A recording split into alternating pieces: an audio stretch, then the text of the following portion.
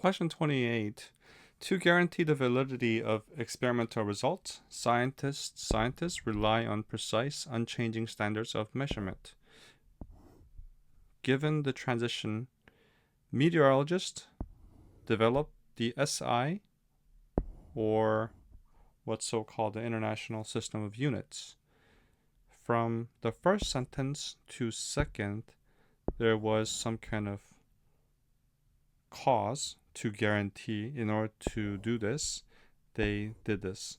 So before we can get to A, B, C, D, we can see that for this reason is the only one that has cause and effect, whereas the other choices here, contrasting, negating the first one, and an additional transition.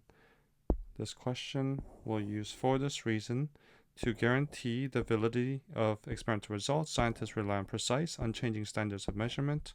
For this reason, meteorologists develop the SI, or the National System of Units.